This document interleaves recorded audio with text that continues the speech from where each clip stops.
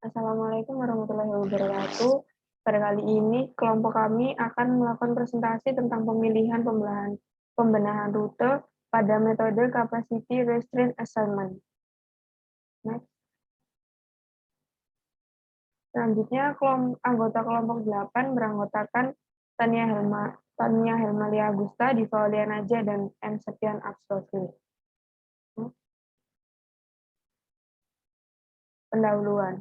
Setiap pelaku perjalanan mencoba mencari rute yang terbaik untuk meminimumkan biaya perjalanannya.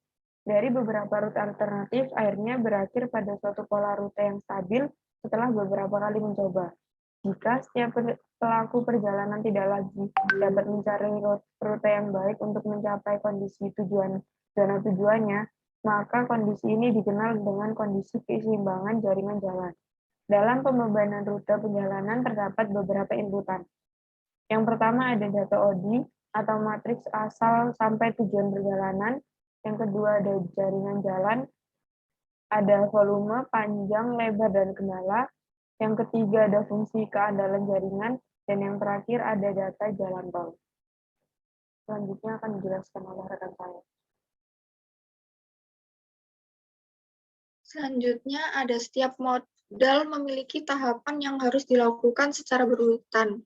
Fungsi dasarnya adalah yang pertama, mengidentifikasi beberapa set rute yang akan diperkirakan menarik bagi pelaku perjalanan. Rute ini akan disimpan dalam struktur data yang disebut pohon. Karena itulah tahapan ini disebut tahapan pembentukan pohon. Yang kedua ada membebankan MAT ke jaringan jalan dengan proporsi yang sesuai yang menghasilkan volume pergerakan pada setiap ruas di jaringan jalan. Yang ketiga ada mencari konvergensi beberapa teknik mengikuti pola pengulangan dari pendekatan menuju ke solusi. Lalu output dari pembebanan jaringan lalu lintas diantaranya adalah yang pertama volume lalu lintas jaringan, yang kedua kecepatan perjalanan, yang ketiga waktu tempuh perjalanan, yang terakhir rute yang terpilih. Di sini kelompok kami mengambil tema Capacity Restraint Assessment. Ada dua karakteristik dasar umum untuk model batasan kapasitasnya. Yang pertama hubungan nonlinear dan digunakan rasio volume kapasitas atau VAC sebagai faktor umum. Premis yang mendasari model pengendalian kapasitas adalah bahwa waktu tempuh pada rute apapun yang berkaitan dengan volume lalu lintas pada rute tersebut.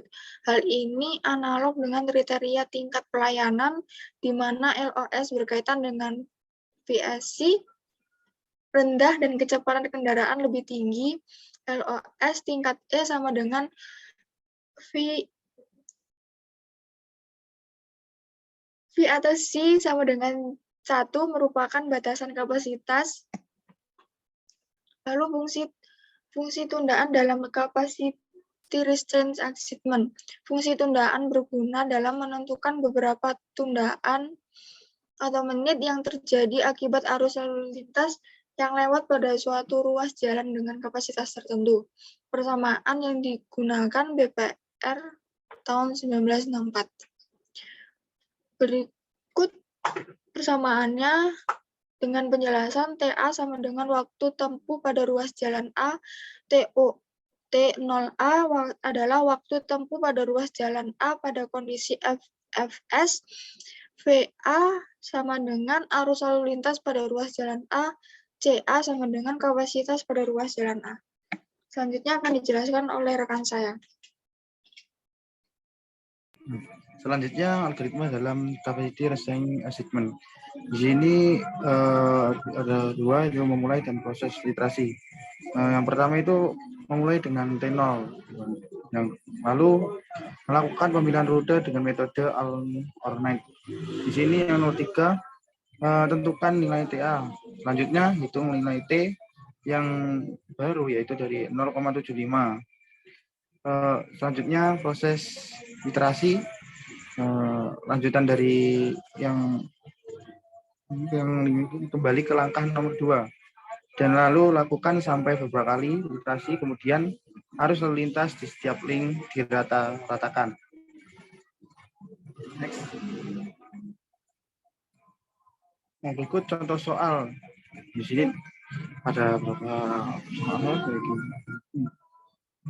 Untuk pertanyaannya ini, untuk mencari hitung arus lalu lintas pada tiap ruas jalan dengan metode KPD Precise. Mungkin itu presentasi dari kelompok kami. Bila ada salah, mohon maaf. Bila ada kita, assalamualaikum warahmatullahi wabarakatuh.